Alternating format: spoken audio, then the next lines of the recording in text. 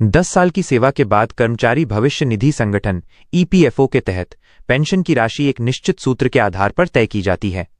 न्यूनतम पेंशन फिलहाल 1000 रुपये प्रति माह है, लेकिन 10 साल की सेवा करने वाले योग्य कर्मचारी को इससे अधिक पेंशन मिल सकती है। पेंशन की गणना अंतिम 60 महीनों के औसत वेतन और सेवा की अवधि पर आधारित होती है।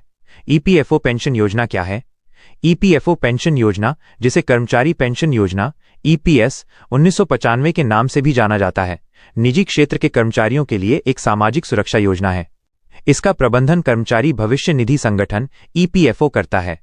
इस योजना के तहत नियोक्ता कर्मचारी के बेसिक वेतन और महंगाई भत्ते डीए का 8.33% हिस्सा ईपीएस खाते में जमा करता है। यह योगदान रिटायरमेंट के बाद मासिक पेंशन के रूप में मिलता है।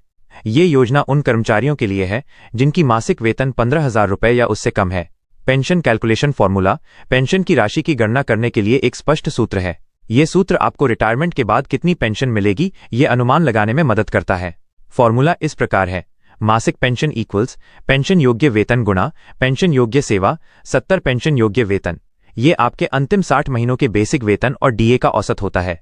हालांकि इसकी अधिकतम सीमा 15,000 रुपये प्रति माह है, यानी अगर आपका औसत वेतन 20,000 रुपये है तो भी पेंशन की गणना केवल 15,000 रुपये के आधार पर होगी। पेंशन योग्य सेवा, ये आपके द्वारा ईपीएस योजना में योगदान देने के वर्षों की कुल अवधि है। अगर आपने 10 साल 7 महीने की सेवा की है तो इसे 11 साल माना जाएगा। 10 साल की सेवा के बाद कितनी पेंशन मिलेगी? मान लीजिए कि आपने 10 साल की सेवा की है और आपका पेंशन योग्य वेतन 15,000 रुपये है। इस स्थिति में आपकी मासिक पेंशन की गणना इस प्रकार होगी: 15,000 रुपीज टाइम्स 10 वर्ष 70 इक्वल्स 2,143 रुपये। इसका मतलब है कि आपको प्रति महीने लगभग 2,143 रुपये की पेंशन मिलेगी। यह राशि न्यूनतम पेंशन 1,000 रुपये से काफी अधिक है। यदि आपका औसत वेतन कम है तो पेंशन भी कम होगी।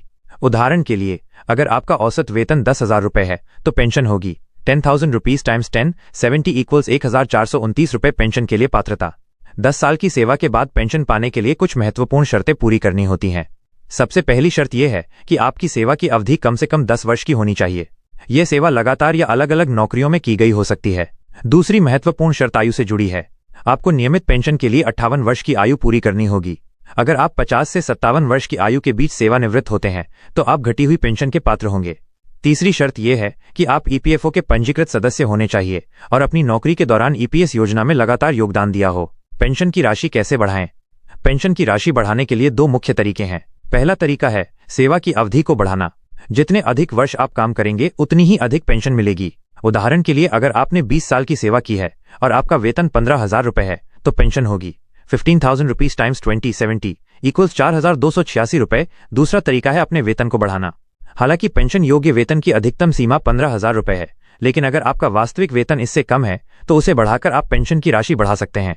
इसके अलावा अगर आप 58 वर्ष की आयु के बाद भी काम करते रहते हैं तो आप पेंशन शुरू करने की तारीख को आगे बढ़ा सकते हैं, जिससे पेंशन की राशि में 4% प्रति वर्ष की दर से वृद्धि हो सकती है। पेंशन की स्थिति कैसे चेक करें?